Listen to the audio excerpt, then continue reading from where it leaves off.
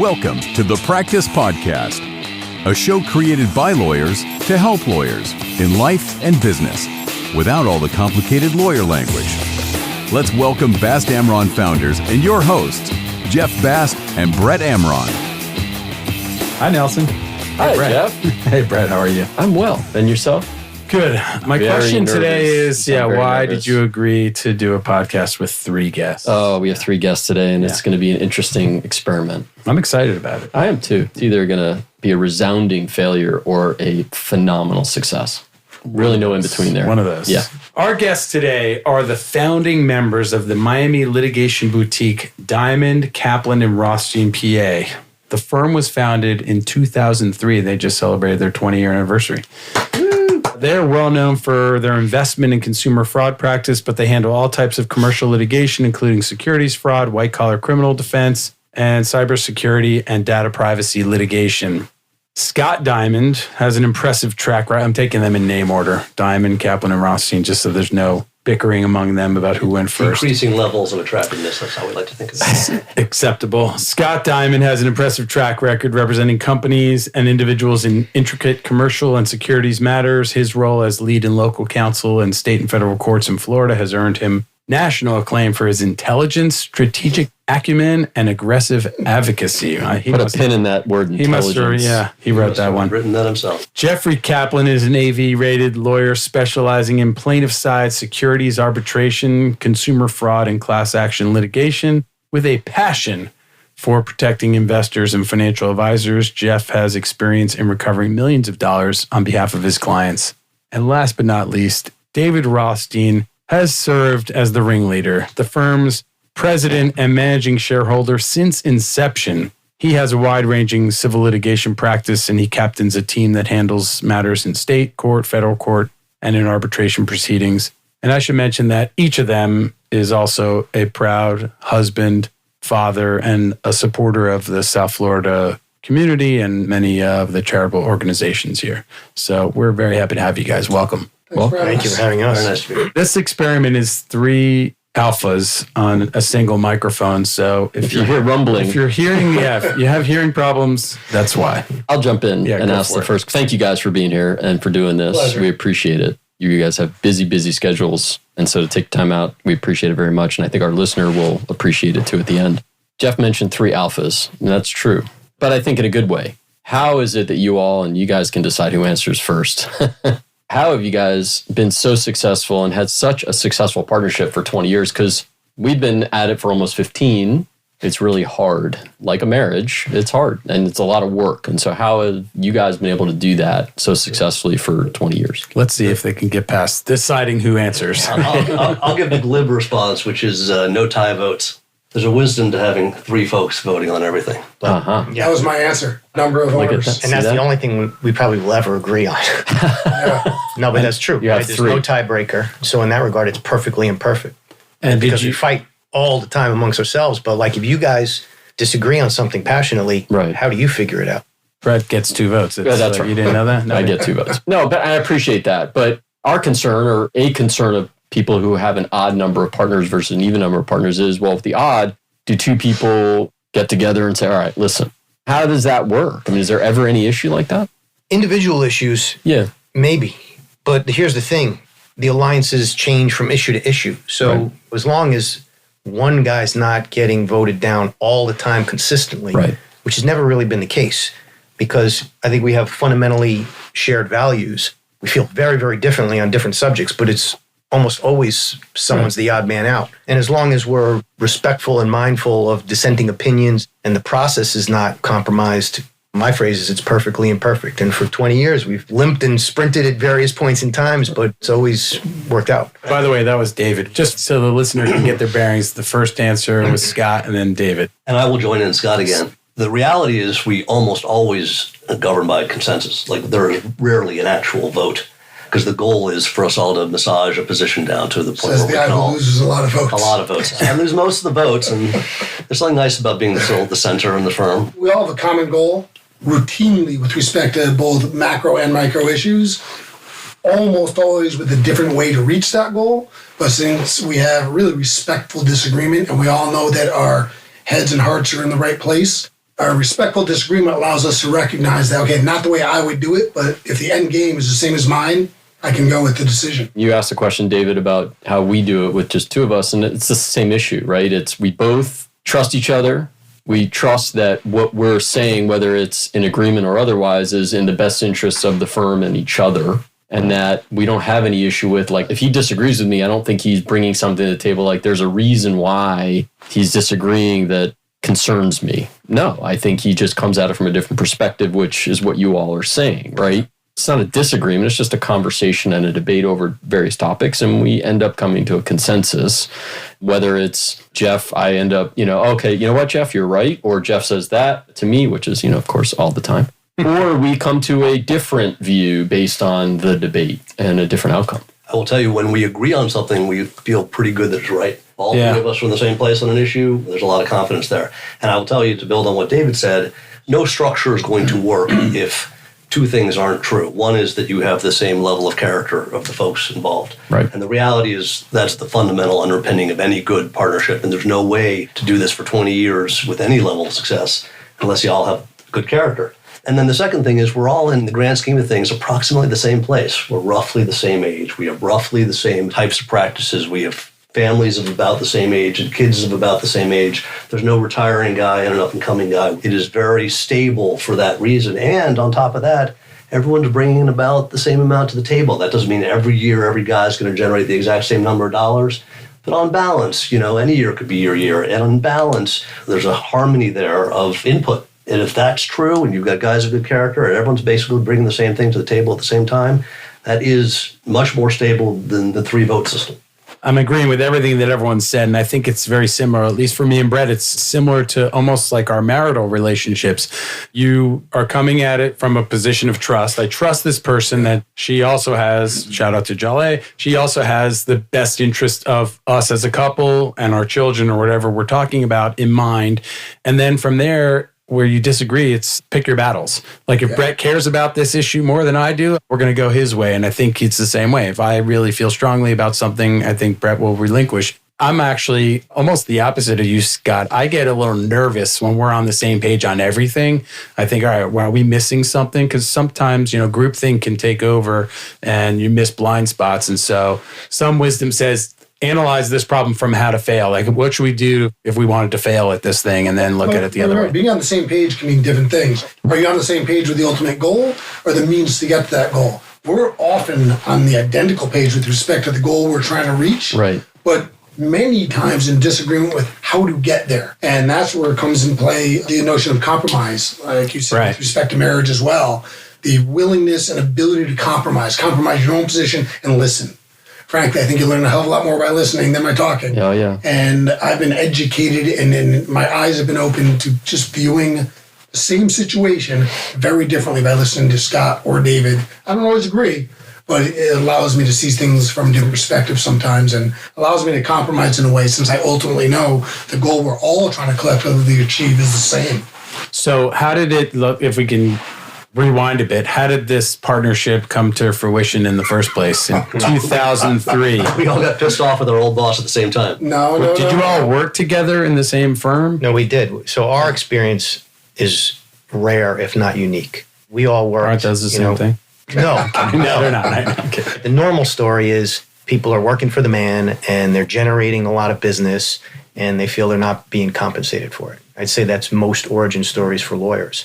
Well, we were at a law firm that was extremely successful and extremely profitable to the point that we were not capable of generating work that was worthy of that firm. And they were generous to us as well. Mm-hmm. Yeah, we were very well compensated and working on incredible stuff.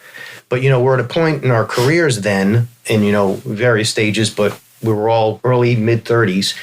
Your phone starts to ring a little bit. And, people would say, here's a case, so they'll pay X hourly rate, or there's this much at issue for a contingency case. And we would take it to our bosses at the time, and they'd be like, why are we going to waste our time on that? Refer it out. It was too small. It just wasn't worthy of their inventory. So we were literally getting at the point where we were pretty long in the tooth to be totally beholden to someone else and have no book of business of our own. When your referral sources end up going away. the first 3 to 5 cases they send to you, they reject, they stop coming to you. Right. So we were faced with the prospect of, are we going to be 40, 45 years old, never having developed any business of our own, and our network of referral sources disappeared on us because we never took the referrals. And moreover, we were at a shop where equity was just between 2 people. So it wasn't like an institution where we knew we had a home. Right. That firm could have evaporated, and in fact did evaporate. So we were really looking at the prospect where, if we stayed here, we were very well compensated, working on great stuff, but we might be 40-year-old associates at some point, even though we had titles of partner, but really we might have to dust off our resumes at age 40 with no book of business and have to go get a job. My view of this was that people would say, oh my God, you left this established firm and you were making money, and how can you take that level of risk? And I always thought that was a misperception of the nature of the risk. The risk is what happens, as David says, when you wake up 10 years later with no book and your boss decide to do something else. There's the perceived comfort in getting that paycheck at an established firm versus taking the leap and trusting yourself. And it's not for everyone. It is not. We had great jobs. Sure. It wasn't a career. Exactly. Right. So we still have great relationships with the owners of that firm when we left. Right. They're great guys, and we still associate with them and are in good relations. So I'm going to ask about that firm and answer as to the extent you're comfortable, which is, what was it that led you to think, well, there's only going to be 2 equity partners? Was there nothing in place to encourage you to go out and get business? Obviously, you weren't able to bring in matters, but go out and network and business develop. Was there no path to management? I mean, what weren't you seeing? And then what have you done with your firm to change that environment? Well, I'll share with you my personal experiences, and I was the last to join that firm. Okay. And so among the 3 of us. Yeah. 3 of us, yes. And this is David speaking about at the time, I was like a 5th-year attorney. I come from a very large full-service firm. And through happenstance, I had a small but growing book of like what was basically insurance defense work, premises liability.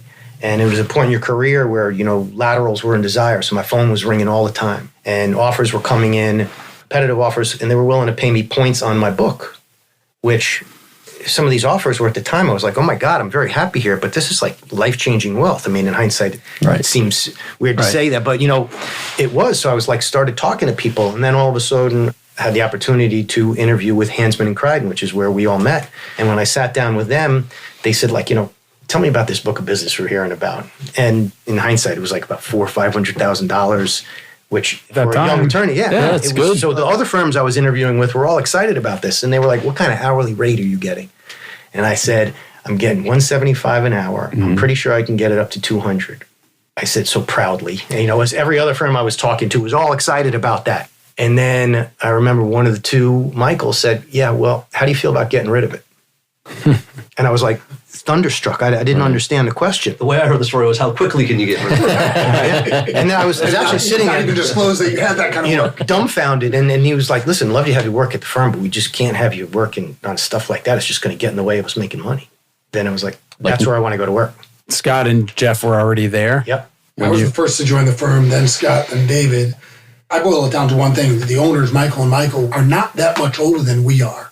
They were phenomenally successful. I learned a tremendous amount from them and great respect for them, but it was ultimately, do I want to have a job or do I want to build something of my own? Right. And it came down to the ability to generate work. If you can't bring in business and all your referral network dries up, and Michael Hansen, we knew he was going to go on the bench one day, so something was going to seismically happen and change in the firm.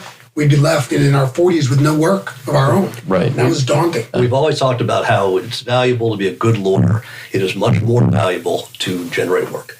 And if you have to pick between the 2 and you look at who gets compensated in our world, the people who generate are the ones who get compensated. And it's ideally you have both. And I think in our situation, all 3 of us have both. But if you can't be a generator, you'll never be an earner. But unless you have a single captive client, because your brother-in-law is the GC of whatever, ex-client, you kind of have to be a good lawyer before you can generate business.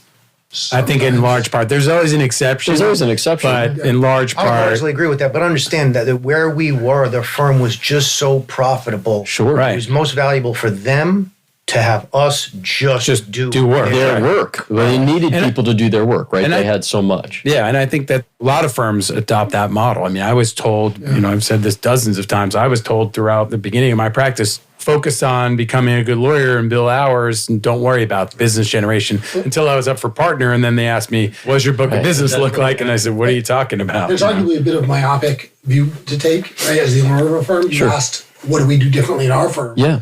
One, we have a deal with every lawyer who works for us. They get a guaranteed percentage of anything they generate. Does the work they generate mean the highest and best use of their time with respect to money that goes into our pockets? Generally, no. But we take a more holistic approach of building something, not just maximizing our own personal profits and leaving nothing behind us. We want to build a firm. We want to help people build their careers, whether they choose to stay with us or leave, from a holistic standpoint, from a human standpoint of making people feel good about being where they are while they're with us, and helping them build their careers. So they're incentivized to go generate work because they get a guaranteed piece, and we foster that. You want to take people out to lunches, dinners, go to seminars, what have you, it's on us. Whatever support you need from us to do it, we're not going to tell you what charity to take part in, what board to join, but know you have our support, but find your thing, find your space that works for you, and we'll support it. And that's in our DNA, because when we started our firm, we didn't have any work. I mean, this was a purely if you build it, they will come outlook for us. No one took a case. No one had a brother-in-law. We just sort of figured, well, we'll open up a little firm and people will call us and then we'll start doing some work and we'll see what happens. And if it doesn't work out, we can always get a job. Yeah, if you remember when we were leaving and they learned we were leaving, they said, okay, what cases are you taking and which people are you taking? We said, none and no one. We didn't raid their firm. We didn't make any effort to take cases. It just wasn't who we were. We were like, we're going to do it the right way. We're going to build something on our own, but we're not stealing work. We're not stealing their people. We're just going to hopefully make this work. And once the Michaels came to appreciate that was our approach, it paved the way for a very smooth transition and has enabled us to maintain lifelong friendships with them. When we left and they asked those questions that Jeff just went over, I think they were almost a little surprised. And then, our message to them was, listen, we're not trying to hurt you. We're just trying to be you. And you've made clear, for reasons that are totally acceptable and legitimate to us, that can't happen here. So this is the only path forward for us. And, however much leave you want, we will leave this house in pristine order. We just want the opportunity to control our own fate and to make the career for yourselves. That's what we want for ourselves. We didn't burn any bridges. We still co-counseled with them. Right. We've got referrals from them. We've really had a good working relationship as well as personal relationship with them ever since. Well, kudos to you guys for your approach, but kudos to the Michaels, Hansman and Crichton, for their approach as well, because having done the same thing you guys did, I was on my own, I went out, but I just left. I think I had 3 small cases that I took, did it the right way, sent letters to the clients, like you guys decide, didn't have anything in the hopper, didn't have a cousin or nothing, and tried to do it the right way, but didn't have the same result, David, that you referenced, because the people on the other side didn't have the same approach as the Michaels. There's an ego component, right? A massive. The owners of the firm, how dare you leave me and us? Yes. You realize what you're leaving behind? And you have to put that aside. In fact, one of our lawyers, someone who worked with me on my cases for 11 years, traveled the country with me for depots, mediations, trials. When he left, he called me and said, I'm leaving, talked to me about it. He was a good friend to this day. I said, that's awesome. I understand why you're doing it. I applaud that you're doing it. I agree it's the right time for you to do it. And to this day, he stayed in the same office. He still shares a wall with me. Yeah. We're co-counsel on 200-300 cases together. Yeah. Because it's not about ego. It's you're doing what's right for you and your family. And doing it the right way. Yeah, the right way. Right? And the right approach. The reality is it works for both parties because we started our firm with something to do. And they didn't lose the 3 human beings who'd been in the middle of the cases that were ongoing and just have that institutional knowledge evaporate. So even if you set aside all the warm-heartedness, it is the rational way to leave a firm. You don't want to leave a little law firm with a litigation behind you. And they don't want to lose people who are the only ones who know what's happening in the Jones file. Now, there is money to be made by people doing it what we view the wrong way. Absolutely. Right? Packing up files, taking them in the dark of night, improperly contacting those clients, hey, I'm leaving, come with me, and then litigation ensues. But the fees to be generated by those cases regardless of what the ultimate split is, the people who depart still making a lot of money, but we don't think it's the right way to do it. But I would say in the short term, they might do better. Right. But in the long term, they're not going to do better. I wasn't justifying it. It gets done that way. Agree. Oh, it gets done all the time, right? I'm going to take issue with this. I don't believe in that long-term karma. I think there's an ethical way to practice law and an unethical way to practice law. Sure. And I will guarantee you the unethical folks who are smart and good at it will make a lot of money in the long term, and they'll keep doing it. Yep. And we have plenty of examples of folks that we don't deal with anymore because we just don't think they're ethical. They're not starving. They're not living under a bridge. They're doing just fine. And we see time and again when we get presented with an ethical issue and we say, okay, we can do it the right way or the wrong way. The wrong way is going to make us extra $100,000. What are we going to do? And we always do it the right way, but there's a cost, and that cost is persistent. And the folks who decide not to pay that cost are going to be rewarded for it. I mean, don't kid yourself. Yeah, I don't know. I'm not so sure. And you're saying, they're being rewarded for it, but just financially. I get it. But for how long? For how long? Exactly. Their entire careers. Yeah. Remember, it's a moral compass issue. If your moral compass isn't straight, so that you don't lose sleep at night over doing this, you profit from it. You don't give a shit who you leave in your wake and what damage you cause to your reputation, what have you. Right. No, if you want to get too deep, I mean, there's instances where people who are starving, not just in the practice of law, but elsewhere around the globe, right? They have to make compromises to provide, to take care of necessities, food and shelter. But we're so lucky, right? We're so blessed. We can do things perfectly straight, never have to compromise our integrity, never have to compromise our values, and no one needs to hold a charity fundraiser for us, right? So the notion that you can make more money by doing things that are unethical, but keeps you up at night and forces you to compromise your integrity, makes you think if your mom or dad knew about it, you'd be embarrassed and ashamed and feel like, you would fail them in that way. So, and again, all of our differences, we disagree all the time on all things, but on fundamental things like this, perfectly aligned. But it's about priorities. So, if your priorities are things, how many cars can I collect? How many homes can I purchase? How many nice watches can I wear? If that's your driving factor and your moral compass is otherwise off kilter, this whole discussion is meaningless. True. Right? True. But when you realize there's things far greater than how many watches I have, do I feel good about myself? Am I happy every day? Do I wake up?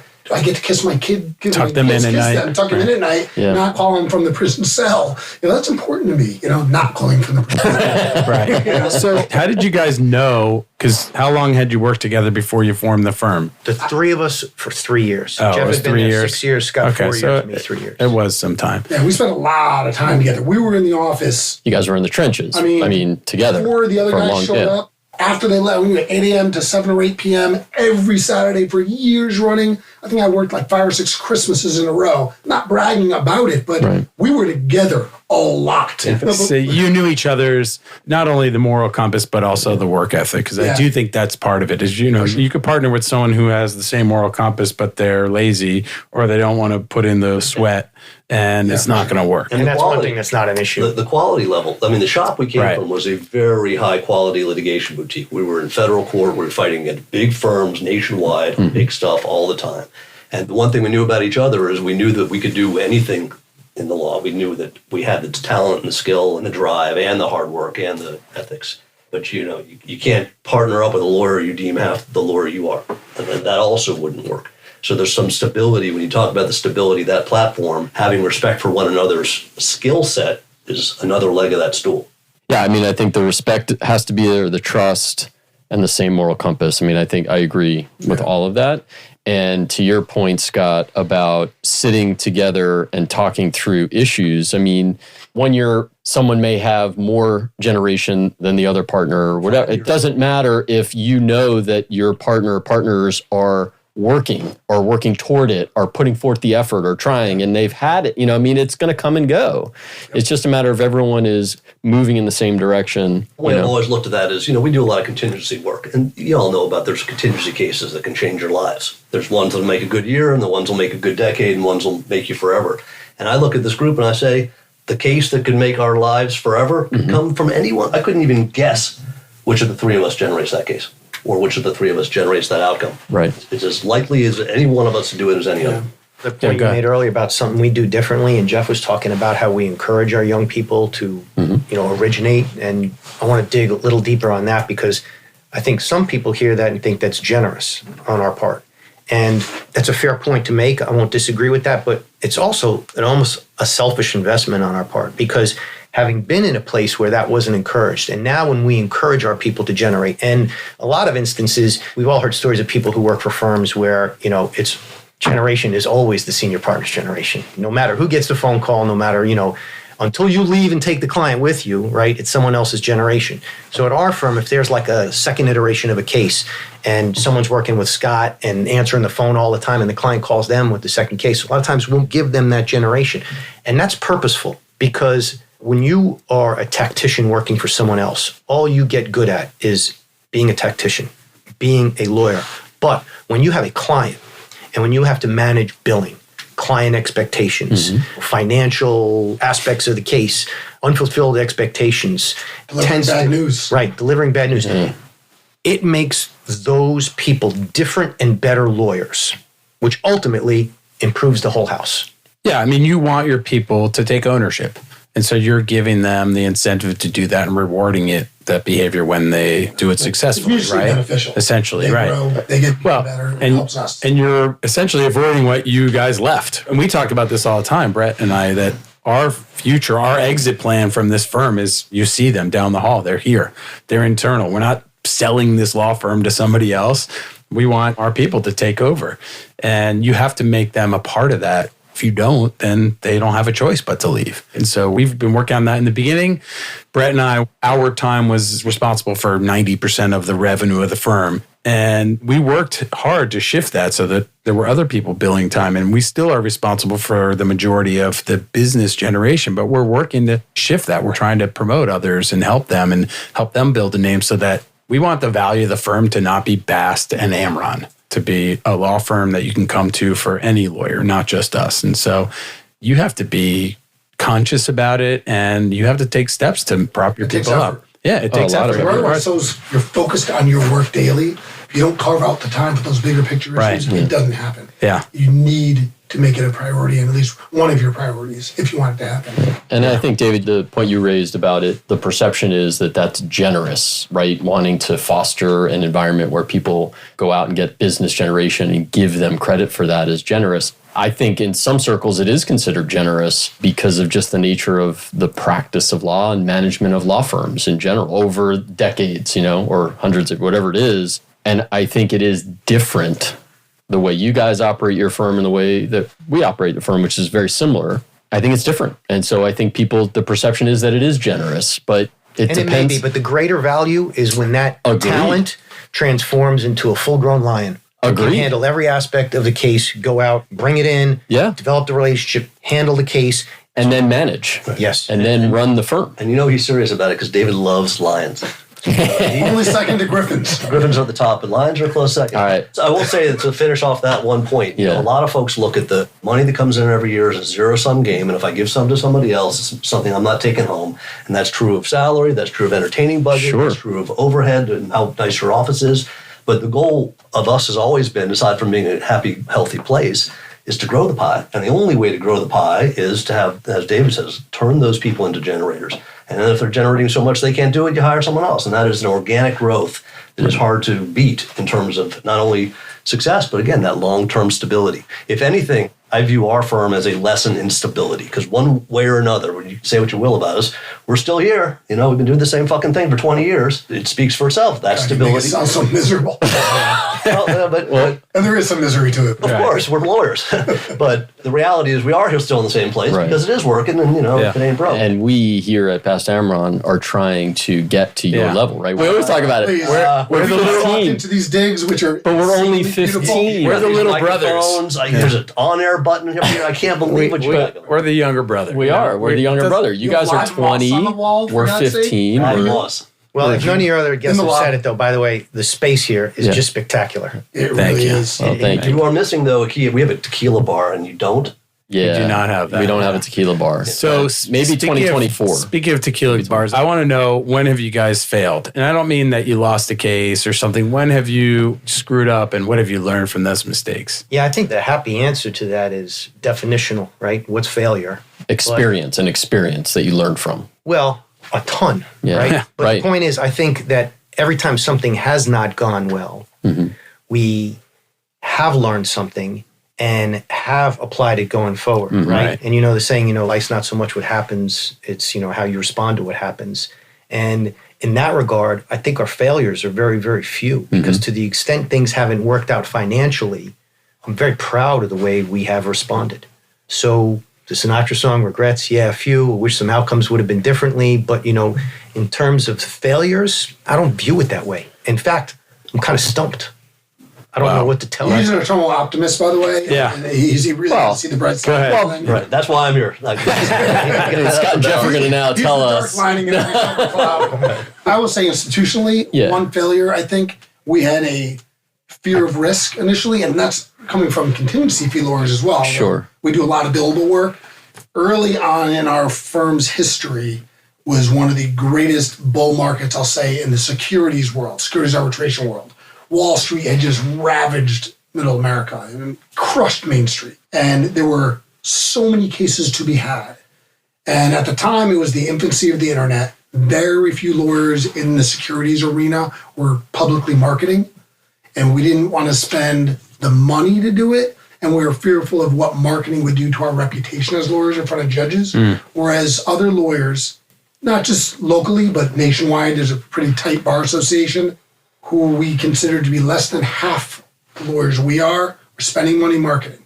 And I don't want to get into solely about finances, but ultimately they crushed it solely because they were willing to take the risk, spend the money, risk their reputation. And frankly, he's like, what reputation? I'll be out on my boat. I don't give a shit when it happens to me. When I'm on my boat and you're writing a brief, they got the cases. And the fear of the risk, the fear of spending the money, what if it doesn't work out? Because that's a reality. Not all marketing campaigns work. Sure. And there's a conflict between David and Scott, who do a lot of commercial work, and while we don't have many institutional corporate clients, a lot of their clients are big corporate entities.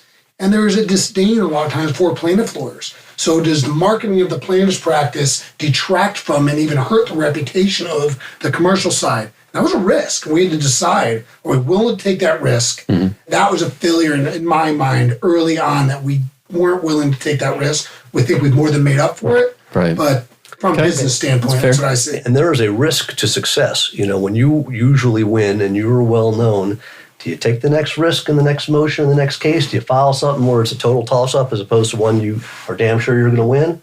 As you get older, as you get more senior, as you get more established, as you view yourself as having a reputation, it becomes harder and harder to take what may be a perfectly reasonable risk. Then that fear of failure becomes limiting to, as you view yourself as more and more successful, you are more and more limited by the fear of failing in anything. And so I find that in litigating, I don't want to lose a fucking motion. I don't want to lose anything. And you got to tell yourself sometimes, you can't win every battle before you fight it, notwithstanding what Sun Tzu tells you. So sometimes you got to remind yourself, even as at lofty ages as we are, and I won't start naming ages because some of us are older than others, but you have to remind yourself it's okay to lose some shit.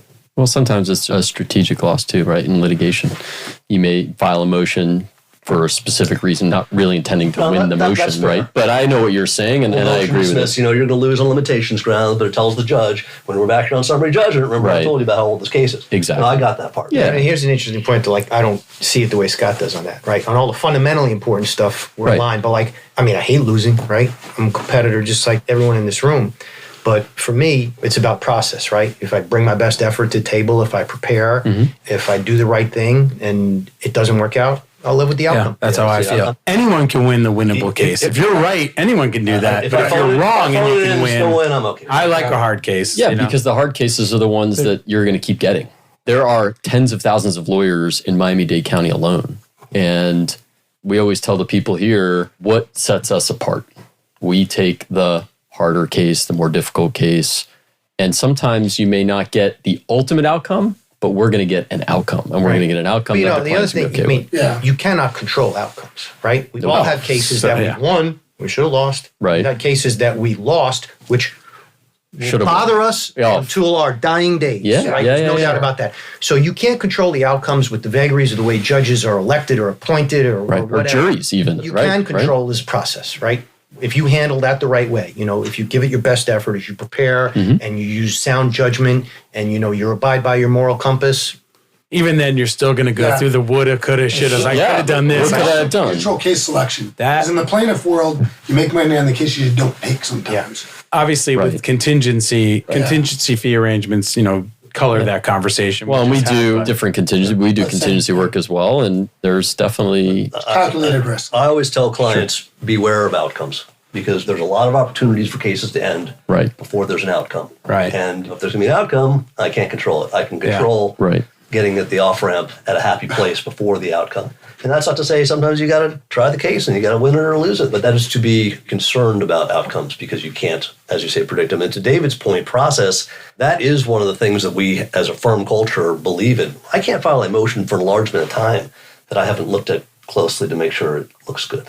I mean, nothing. Our quality level is as high as we can make it. We came from a place where they had a high quality level. We came from places before that had high quality levels. Yeah. So that's how we've always maintained our shop. That will not guarantee an outcome. No. You could be the best lawyer in the room and lose. It happens.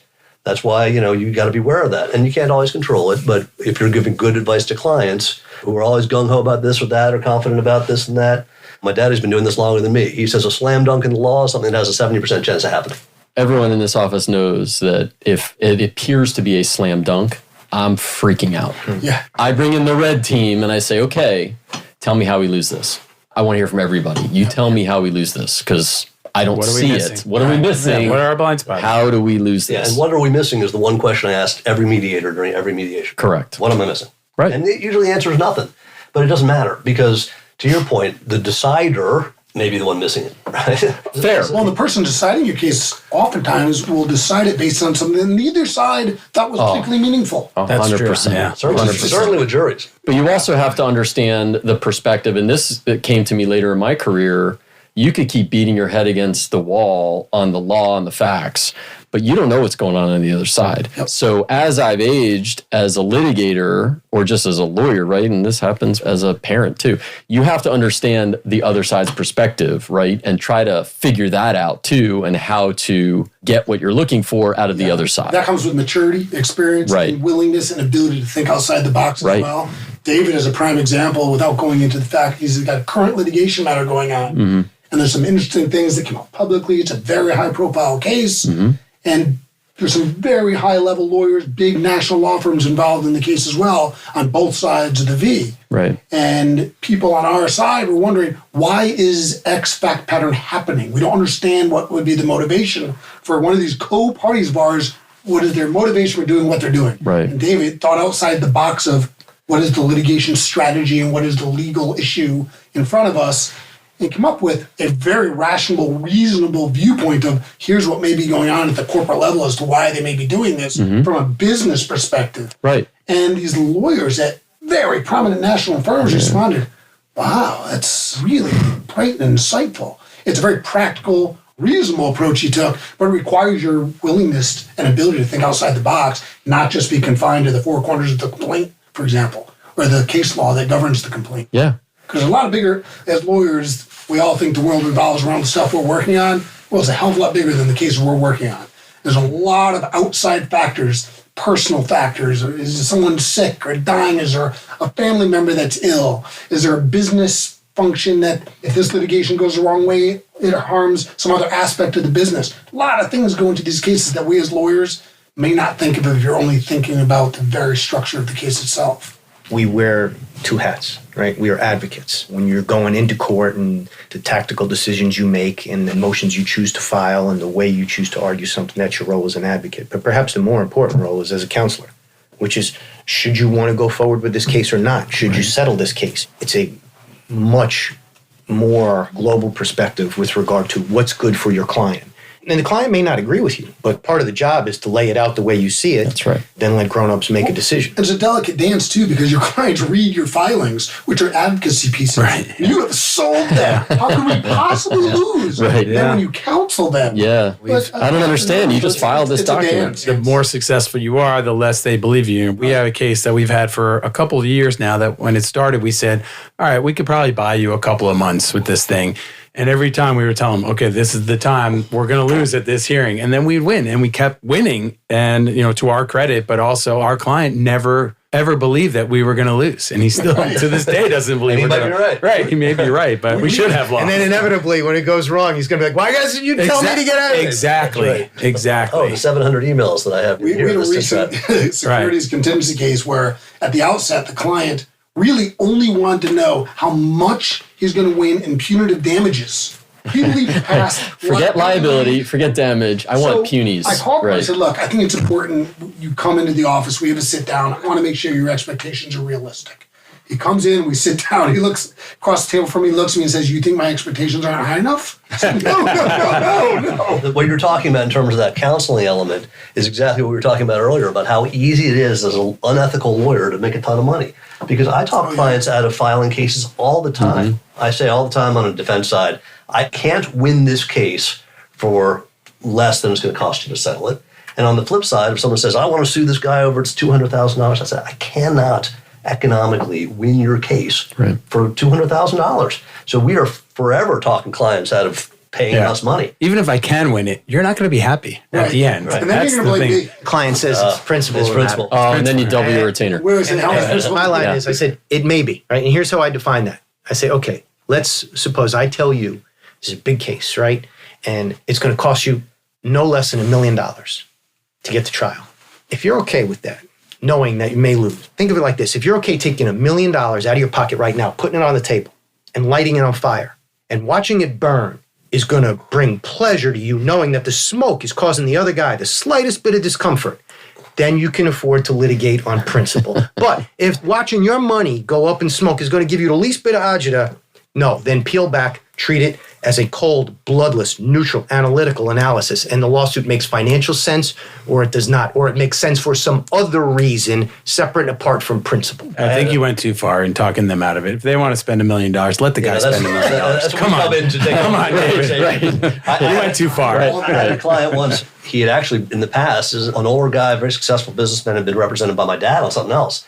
And something comes up over the course of this litigation. It says, as a matter of principle, I'm like, I start talking about principle. He laughs. He says, I remember the first time I litigated with your father. He said, here's the situation, and I'm doing this, telling me it's too expensive. But I said, it's a matter of principle. Your dad just laughed, and he said, I love clients with principles. Exactly. You talk about lawyers that unscrupulous, right? Even in the initial client intake. We talk about it all the time. There may be some matters where, we get the call where we have to make a pitch in bankruptcy. You got to make a pitch or for a contingency case, and we don't get it.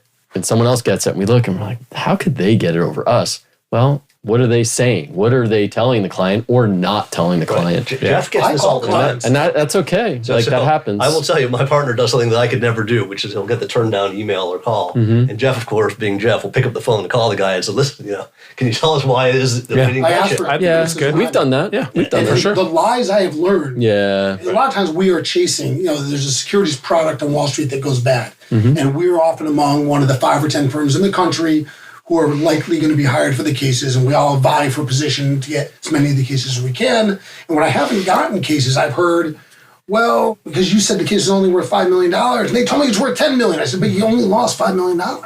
You didn't lose $10 million. Well, they told me I did. I said, but you never had $10 million. But so many lawyers will overstate the strength or value or both of a case in order to get us hired. Yeah. And I tell them 6, 9, 12 months later, you're going to be in a mediation. And I'm telling you, your lawyer is going to tell you why you should be taking X amount less because now it's going to be too late to really change at that point, but that's going to happen. We had a lawyer who had an office on Wall Street. I wanted a lawyer in New York. It was a friend of mine who lives in Coral Springs. He has a mailbox address on Wall Street in New York. And now so do we. We're taking down an address in New York City. But the lies that get told. Sure. And it's lies about their ability too and what they can deliver. And it's forget not the dollar amount. Fault. It's not the client's fault. No. How do they know? They don't know. They were sometimes it's obvious, but they were already hoodwinked by the financial advisor of the company, and they fall prey to the same thing because they haven't learned their lesson, or they're told, we'd like to call balls and strikes even in the initial meeting. Here are the things that are great about your case. Here's what could go badly in your case. Yeah. A lot of lawyers will sugarcoat and won't talk about the bad. They were more confident in my case. They believed in my case more, right? I've heard that. It's beyond easy to bullshit a client. If that's what you want to practice, you just want to get the case in, tell them whatever it takes to get the good contingency case. Or if it's a billable case, we're going to get these guys, and absolutely, and you wind them all up. And you make the 100 or 200 before you tell them, it's time to settle. They're not going to want the bad press. They're going to come right to the table. Clients almost always say, you just send a demand letter, they're never going to want this bad press. Like, really, they're worried about your $1 million loss. This is a multi-billion-dollar entity that just paid $1 billion fine to the U.S. government last week. They're not worried about your case. Right. Other lawyers will tell them, oh yeah, we'll send a demand letter. They won't want this press. They're going to pay you right away. But we'd better be honest. Well, guys, this is now officially our The longest. I told you, it was either going to be the shortest or the longest. Broke the record. That was our goal. I'll tell you, we have conversed with these gentlemen many times, and it's usually more fun. I gotta say, There's usually tequila or scotch. we're gonna have to have involved. you guys back for another. Honestly, I can't believe how well behaved we've been. Yeah, I'm a little Must be the room. disappointed. Too well behaved. This was fun. We definitely want to bring you guys back. Maybe we'll bring them back one at a time. Guys, kudos to you. This was super cool. And see how And they did. just the fact that you're doing this is super cool. We're Yeah. looking here more about that backstory at some other time. We do it because we enjoy it. We Yeah. have fun. And if you're a listener and you listen to this episode and you enjoyed it, then a great way to let us know is to That's give a us a segue, by the 5-star way. review. That was good. Right there. Give us a 5-star review, share the show, send this episode to some of your friends and tell them to check out the practice. And we will see you next time. Thanks, Nelson, guys. Very cool. thank you. Guys. Thanks, Nelson. Pleasure. Jeff, it's always my pleasure. For more information on this show and other resources, visit fastamron.com and connect with us on LinkedIn, Facebook, and Instagram @FastAmron.